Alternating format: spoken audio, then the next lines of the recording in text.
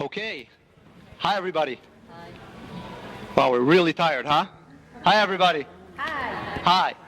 So, I already know she's going to tell me to be short, right, Danielle? You're going to tell me to be short. I'm going to do it even in less of the time that I should have had. So, my name is Assaf Luxembourg. This is called We Are All Business Units. And what I want to do is add value to this conference by bringing in another perspective. So here's the plan for the next 10, 12 minutes. I want to tell you who I am really quickly. I want to set the background just in 2-3 minutes to add to what everybody spoke about during the morning. Then I want to get to the real punchline, the bottom line, the dugri, the tachlis, which is the way I think the world of work today is not just a threat, it's an opportunity. And then what I want to do is give a few implications of that punchline. It's just 2 examples. That's all the time I have. There's more of it online, so you can come talk to me later. And then I'm going to wrap this up with the main key takeaway and send this off to the next panel, which I'll also participate in. Okay? Yes. Cool. So there's a punchline you need to be waiting for in like 6 minutes. All right. So who the hell am I? My name is Assaf Luxembourg, born and raised here in Israel, and my scratch, my shigaon, my thing in life, my passion, my why is to promote Israel beyond the conflict to places all over the world. Some people still call it hasbara, not me. So I'm in the pro-Israel business, showing people the real face of this country, this amazing country. And also inside the Jewish world, connect a lot of young professionals to this place. So when I was young, like 10,000 years ago, when I was after the army, I was sure I'm going to be an ambassador. Just a little bit about my story.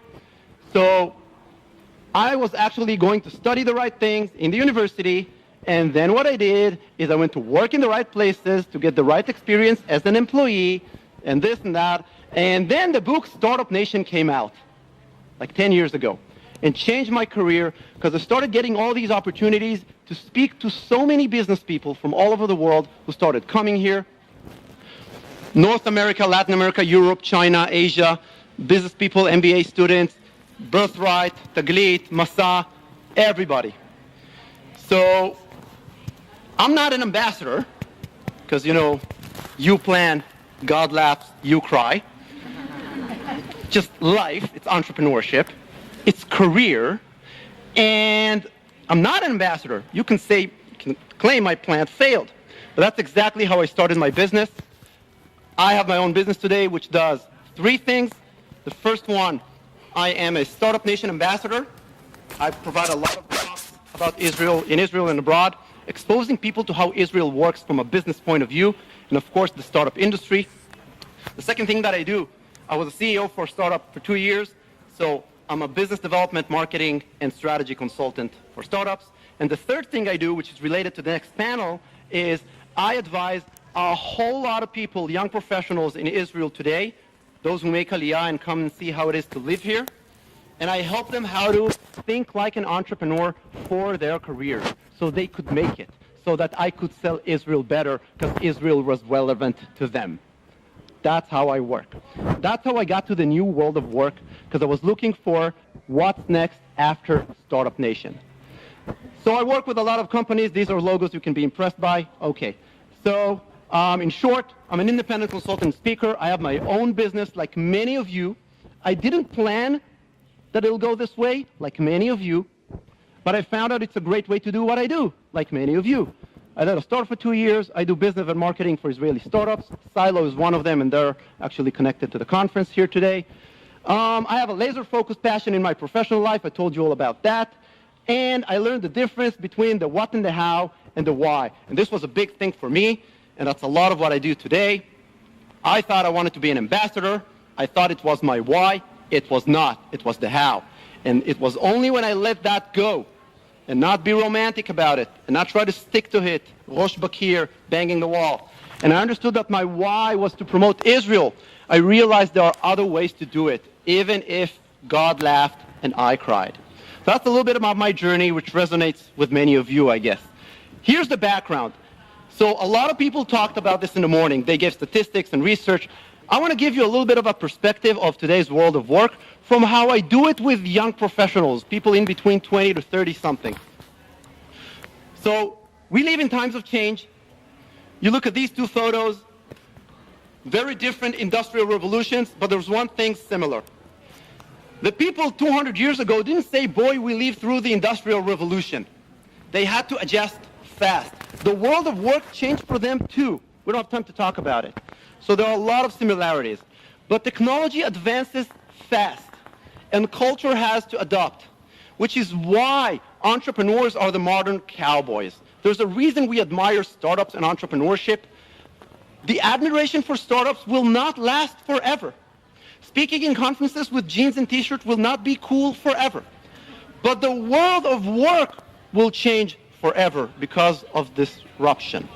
So here's the way I explain this to people who are some of the candidates you are talking with. It used to be, well, the world of work has changed. I didn't need to tell you all of that. But everything you thought is constant is now a variable, and everything you counted on or thought it was a variable is now a constant. Let me explain. So maybe you used to study law in the past. You go to law school, right? To be a lawyer. Then you go to work in a law firm because you want to be a lawyer. So you used to develop a mastership in your job, which is to be a lawyer. So of course the employer-employee was a sacred marriage between both sides because it was a good deal for both sides. People used to ask people, where do you work? Here's how it works today. If you want to be a lawyer, well, you still go to law school. But what you really do is you acquire skills. You still go to work for a law firm. But what you really do is you join a community and build your network. Because you join the real estate department, you work with real estate accounts. 2 years later, you go work for a real estate developer. 2 years after that, you work with a real estate investor. You're not in the legal business, you're in the real estate business. Changed. So of course the employer-employee relationship is a short-term transaction. So people ask people, what do you do? Not where do you work? What do you do? So let's understand that our careers are not the random sequence of jobs we held throughout our working lives. Just like a sentence is not a random set of words, you just collect it together. You need context. So your career is built out of these things, not your sequence of jobs. I used to work here, then there, then here, then there. Which brings me to the punchline you've all been waiting for. The way I see things, and I'm not the only one, in today's on-demand gig economy, you, me, her, everybody over there, everybody outside, we are all business units. We are all individual business units. That's what the internet and technology and the world of work is doing to us. Each and every one of you is an individual P&L unit. That's what I tell people who want to succeed in the world of work today. That's how they should think. That's what worked for me. Profit and loss unit. What does it mean for any P&L unit? Well, it means that you need to provide outputs, and for that you need inputs. So you, as an employee, you're also a business unit. Not just entrepreneurs, not just freelancers. Employees. Sima, from 15th floor in the bank, accounting department, she's a business unit. So it's on you, the employee, to make sure that the outputs are bigger than the input. It's not your boss's job to manage you. You need to be a good business unit because you are the CEO of U-Ba'am, U-LLC, U.com. Your boss is your customer and everyone else is your consumer. You need to serve your customers. It just doesn't work checking the box because it's transactional, it's on demand. That's the new world of work, and that's why it's all on you. So let's understand that the employer is your customer, and of course the employer will not tell you who you are. You're looking for self-fulfillment in the job of your dreams. It doesn't exist. Your problem is here, not outside. That's from the candidate point of view. And it has leverage for employers too, because employers are business units. So I want to add value. There's a lot of implications here. I want to mention two.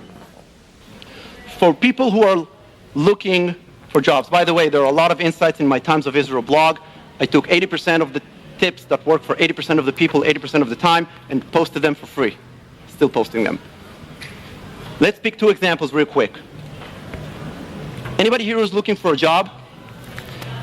You don't have to come out, that's okay. By the way, more people here are looking for a job. Don't delude yourself. 90% of the people here are looking for a job. But they're not looking for a job. They're looking to biz dev. Because you're not an employee looking for your next opportunity. You're a business unit and you're looking for your next customer. Because your boss is your customer. So stop sending your CVs as attached PDFs. Because nobody sells that way. And do sales just like you know how to do as an employee for yourself. What does it mean? It means that aside of spraying the hill with the looking for a job world, you need to snipe. What does it mean?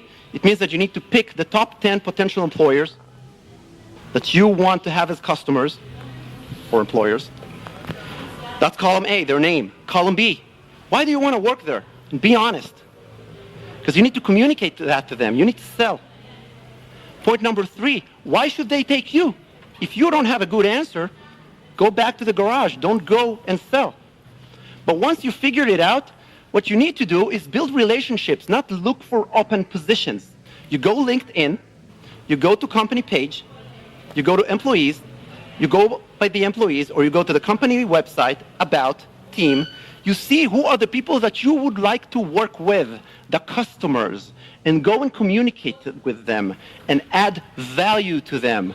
Give first, jab, jab, jab, right hook, all these things that are good for businesses, they're good for you as an individual because you are a business unit.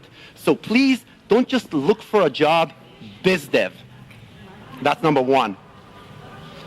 Number 2, for those of you who are working as employees, something that I found profoundly effective in my past, and I see it for others too. The gold is in the gray. Here's what's happening in your everyday office life. This is the office, and you can see over there in blue, that's you in your cozy comfort zone. You see your boss in your boss's comfort zone, and you see the other employees with their comfort zones. Now, there's a rule in physics, comfort zones never touch. They never overlap. They repel each other. Because there's always stuff in the office that nobody gets to do. It's in no one's responsibility. No one is in charge of it. It's junk. Who is the fryer, the sucker who will go and do that? It's not part of your job description. It's not in the check, check, check, go home. Right? But that's exactly where the gold is. Gold is always within the gray. Diamonds are always hidden in coal. So what do you want to do? What should you do if you want to get promoted? You need to generate the promotion. Not, let time pass, be an old employee, and then ask for it. You need to add new value. Go out of the comfort zone into the gray. There are many opportunities there. Some of them are crap, not relevant to you, not good for you. But you can pick what is your gold and then go and volunteer to take care of it. 6 months later, it becomes part of your comfort zone. You grew your outreach.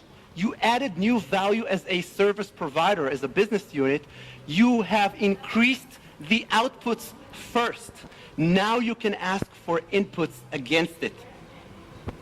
That's how you create promotion. You sell. And there are many more implications for the business unit theory in my blog, or reach out to me. I work a lot with this, with the candidate side, with the young business units that I work with.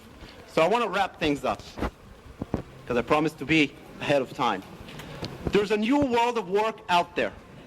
That you already know, that's why you're here. The rules of the game have changed. To be honest, no one really figured it out yet. That's why this conference is so important. But let's please understand that in this new world of work, what technology is doing to that beyond the startup fashion hype is that we are all business units. We all have to think like entrepreneurs for our career. It's not about thrive. It's about survive. This is not Moses coming to free the Israelites. This is Pharaoh coming to the Israelites, tell them, take your stuff and go out to the desert. Now what are you going to do? In a world where you switch jobs every 2 years and you have to figure out your career. So it sounds like a threat, a challenge, but it's also an opportunity. And if you understand your business unit and you change your state of mind and you think about it differently, suddenly you start seeing those opportunities. That's what I saw that worked. So it comes down to this, Innov8, Work 2018. Are you going to take the blue pill, wake up next week, understand that, yeah, it was a nice conference and Assaf was interesting, it's a nice theory, and go back to the old way of thinking, go back to the matrix? Or you take the red pill, you wake up, you adjust, so when the big wave comes, instead of being punched in the mouth, you surf it all the way to the promised land. Thank you.